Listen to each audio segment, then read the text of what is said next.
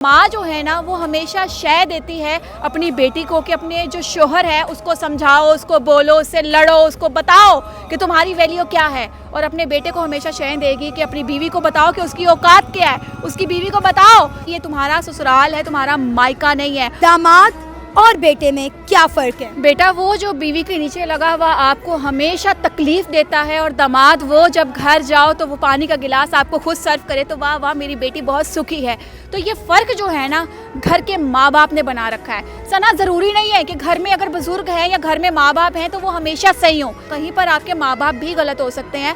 तो ये माँ जो है ना वो हमेशा शय देती है अपनी बेटी को कि अपने जो शोहर है उसको समझाओ, उसको बोलो, उससे लड़ो, उसको बताओ कि तुम्हारी वैल्यू क्या है। और अपने बेटे को हमेशा शय देगी कि अपनी बीवी को बताओ कि उसकी औकात क्या है, उसकी बीवी को बताओ कि वो किस घर में रहती है, उसकी बीवी को बताओ कि भाई ये तुम्हारा ससुराल है, तुम्हारा मायका नहीं है। और यही दवाई अपनी बेटी को जाकर दे रही होती है कि उसको समझाओ कि ये मेरा भी घर है। तो यहाँ पर बेटे में और दामाद में जो फ़र्क है ना वो लड़के की माँ ने कैटेगराइज किया हुआ है। जहाँ पर अपनी बेटी खुश नज़र आएगी वहाँ पर हम बल्ले बल्ले करेंगे, जहाँ पे अपनी बहू खुश नज़र आएगी तो वहाँ पर तावीज़ घोल के पिला दिए गए हैं। तो जहाँ पर आपकी बेटी है ना उस घर में भी एक सास है, उस घर में भी एक नंद है, और वो लोग भी यही कहते होंगे कि हमारे भाई को तावीज़ बना के पिला दिए गए हैं। तो ये कॉन्सेप्ट ना हमारे बुज़ुर्गों को ख़त्म करना चाहिए।